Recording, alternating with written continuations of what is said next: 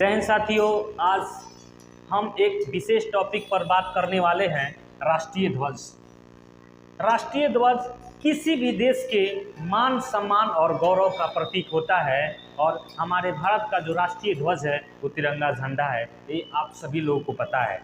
तिरंगा झंडा जो है वो भारत के गौरव और मान सम्मान का प्रतीक है और हमेशा भारत के प्रत्येक नागरिकों को अपने राष्ट्रीय ध्वज का सम्मान करना चाहिए। ये बात मैं इसलिए कह रहा हूँ क्योंकि आज से ठीक 2 दिन बाद हम लोग आज़ादी का 77वां दिवस मनाएंगे, यानी 77वां स्वतंत्रता दिवस मनाएंगे।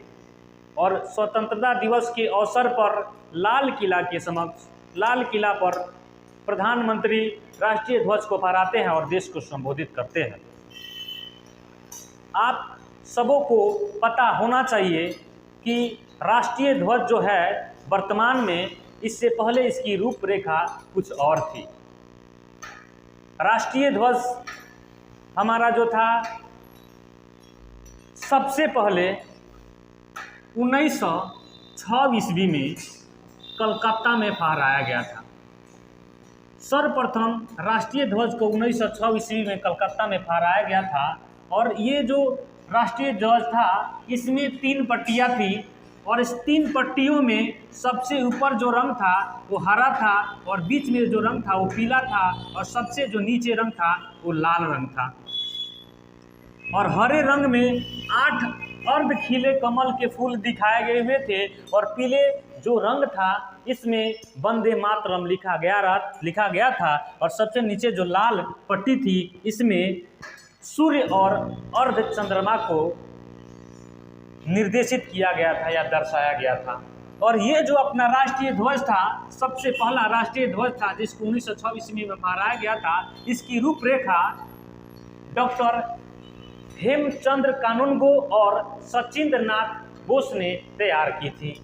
इसके बाद वर्तमान में जो अपना राष्ट्रीय ध्वज है इसकी रूपरेखा पिंगली बकैया ने तैयार की।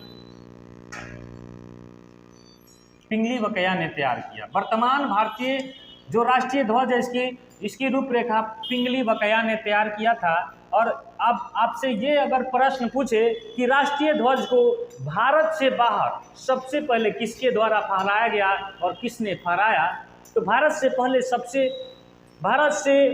बाहर सबसे पहले राष्ट्रीय ध्वज को मैडम भीखाजी कामा के द्वारा जर्मनी के स्टुटगार्ट नामक शहर में फहराया गया था। मैडम भीखाजी कामा को क्रांति की जननी और क्रांति की मां के नाम से भी जाना जाता है। अब आते हैं ये पिंगली बकैया ने जो राष्ट्रीय ध्वज की रूपरेखा तैयार की थी, इस पर पिंगली बकैया ने जो राष्ट्रीय ध्वज की रूपरेखा तैयार की थी इसमें मात्र 2 पट्टियां थी और ऊपर जो था पट्टी वो लाल कलर का था और नीचे जो पट्टी था वो हरा कलर का था। पिंगली बकैया ने लाल कलर हिंदू समुदाय को निर्देशित करने के लिए दिया था और हरा जो कलर था मुस्लिम समुदाय को निर्देशित करने के लिए दिया था। इसके बाद महात्मा गांधी लाला हंसराज के सलाह पर महात्मा गांधी ने बीच में एक सफेद पट्टी डाल दिए और उस सफेद पट्टी के बीच में अपना चरखा भी शामिल कर दिए। आगे 1931 में कांग्रेस की पार्टी ने एक वार्षिक अधिवेशन किया, कहाँ पे, कराची में, और उस वार्षिक अधिवेशन के जो अध्यक्ष थे उनका नाम सरदार वल्लभ भाई पटेल। इस वार्षिक अधिवेशन के दौरान जो लाल कलर था इसको बदल करके इसके स्थान पर केसरिया रंग ला दिया गया और रंगों के क्रम में भी बदलाव किए गए। आगे चल करके कांग्रेस पार्टी ने आधिकारिक तौर पर इस राष्ट्रीय ध्वज को अपना लिया। भारतीय संविधान सभा का जब गठन हुआ तो संविधान सभा में कई समितियों ने अपना योगदान दिया संविधान के निर्माण करने में और संविधान सभा के निर्माण के दौरान एक झंडा समिति का गठन किया गया था। और झंडा समिति जो थी उनके अध्यक्ष थे डॉक्टर राजेंद्र प्रसाद और इसमें हम लोग झंडा समिति के अंतर्गत एक बदरुद्दीन तैयब और सराया तैयब बदरुद्दीन तैयब और सरया तैयब झंडा समिति के सदस्य थे और इन्हीं के सलाह पर वर्तमान में राष्ट्रीय ध्वज की रूपरेखा जो थी उसको तैयार की गई।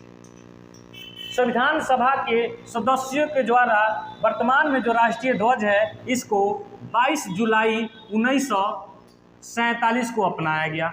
राष्ट्रीय ध्वज को 22 जुलाई 1947 को अपनाया गया और ये जो राष्ट्रीय ध्वज था इसमें बदरुद्दीन तैयब और सरया तैयब के सलाह पर बीच में जो चक्र था इस चक्र को हटा करके यहाँ पे सारनाथ स्थित अशोक स्तंभ को शामिल किया गया। अब सारनाथ अभी वर्तमान में जो राष्ट्रीय ध्वज है आप लोग को मैं बता दूं कि बीच में क्या है, सफ़ेद है और सबसे ऊपर क्या है, केसरिया है और सबसे नीचे क्या है, हरा है। और ये वर्तमान का जो राष्ट्रीय ध्वज है इसी राष्ट्रीय ध्वज को 15 अगस्त के शुभ अवसर पर प्रधानमंत्री के द्वारा लाल किला से फहराया जाता है। राष्ट्रीय ध्वज का जो सबसे ऊपर केसरी रंग है, केसरी जो रंग है वो त्याग का प्रतीक है, बलिदान का प्रतीक है, समर्पण का प्रतीक है, शौर्य का प्रतीक है। इसके बाद में जब हम सफ़ेद रंग को देखते हैं तो सफ़ेद रंग सच्चाई का प्रतीक है, ईमानदारी का प्रतीक है और सादगी का प्रतीक है। बीच में जो चक्र है उस चक्र को झंडा समिति के सदस्य बदरुद्दीन तैयब और सरया तैयब के सलाह पर सारनाथ स्थित अशोक स्तंभ से लाया गया था। वो चक्र समृद्धि का प्रतीक है, हमेशा गति के पथ पर अग्रसर होने का प्रतीक है। और उसके नीचे जब हम आते हैं तो देखते हैं हरा रंग, और हरा रंग हरियाली का प्रतीक है और ये हरा रंग मनुष्य और प्रकृति के बीच के संबंधों को भी दर्शाता है।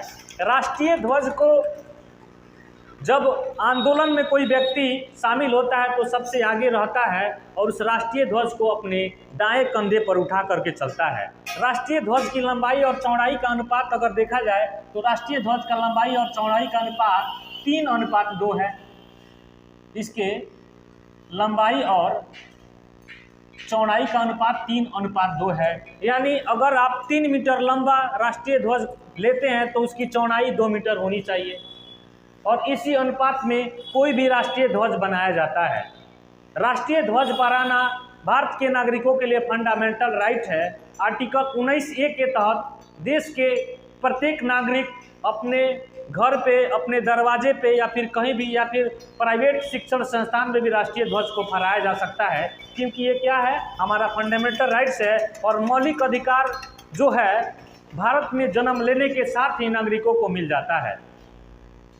ये हमारा राष्ट्रीय ध्वज था और राष्ट्रीय ध्वज से जुड़े हुए बातें थी और ये बात हम इसलिए बताएं क्योंकि हमारा स्वतंत्रता दिवस जो है आने वाला है और हम इस बार अपनी 77वीं स्वतंत्रता दिवस मना रहे हैं। और मैं आप सभी देश के नागरिकों से निवेदन करूंगा कि अपने देश के राष्ट्रीय ध्वज को सम्मान कीजिए। राष्ट्रीय ध्वज के अपमान का मतलब आप देश के उन तमाम सैनिक, देश के उन तमाम स्वतंत्रता सेनानियों का अपमान कर रहे हैं जिन्होंने देश के लिए बलिदान दिया है, जिन्होंने हंसते हंसते फांसी के फंदे को चूम लिया है।